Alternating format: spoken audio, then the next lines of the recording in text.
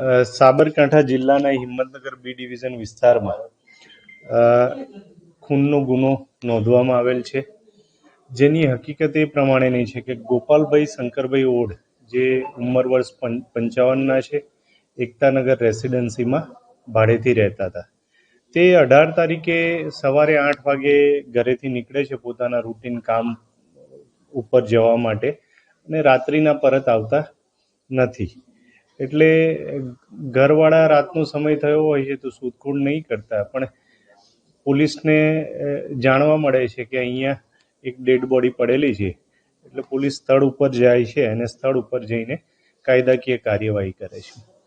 આ દરમિયાન એમનું પોસ્ટમોર્ટમ કરાવતા અને જોતા એમને બોથડ પદાર્થથી અને ગળદાપાટુનો માર મર્યો હોય એવું જણાઈ આવેલું, જે આધારે પોલીસ અધિક્ષક શ્રી તરફથી જુદી જુદી ટીમો બનાવવામાં આવેલી, જેમાં SOG, LCB, Himmatnagar B division police સ્ટેશનની ટીમો કાર્યરત થયેલી અને ટેકનિકલ સર્વેલન્સ હ્યુમન સોર્સથી તપાસ કરેલી, જેમાં કોણ કોણ આ વ્યક્તિના મિત્રો, સંબંધી, કોની સાથે આની મુલાકાત થતી હતી એ બાબતે ઊંડાણપૂર્વક તપાસ કરવામાં આવેલી.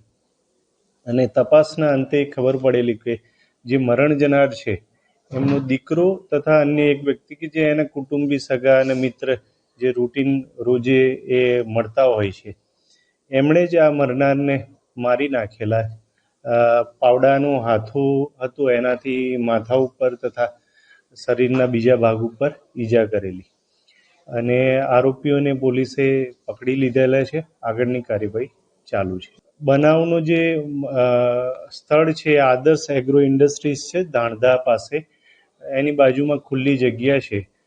ત્યાં આગળ મારવાનું કારણ એવું છે કે હાલની તપાસના અંતે એવું જાણવા મળ્યું છે કે ગૃહ કંકાસ હતો અને જે દીકરો છે એના ભણતરમાં એના પિતાએ જરૂરી મદદ નહીં કરેલી, એ કારણ છે. અત્યારે મારનાર આરોપીમાં એક છે જે મરણ જનાર છે એમનો દીકરો છે, અને બીજો જે ઈશ્વરભાઈ કરીને છે એ એમના કુટુંબી, સગા અને મિત્ર બંને થાય છે એ છે. એ જ વાત મેં પહેલાં કીધી કે જ્યારે ઘરેથી નીકળ્યા હતા અને પરત નહોતા આવ્યા તો ખુલ્લી જગ્યામાં આ પડેલા મળેલા, જેની જાણ પોલીસને થયેલી, પોલીસે કાર્યવાહી કરેલી. દીકરો અત્યારે બીએસસી સેકન્ડ યરમાં અભ્યાસ કરે છે.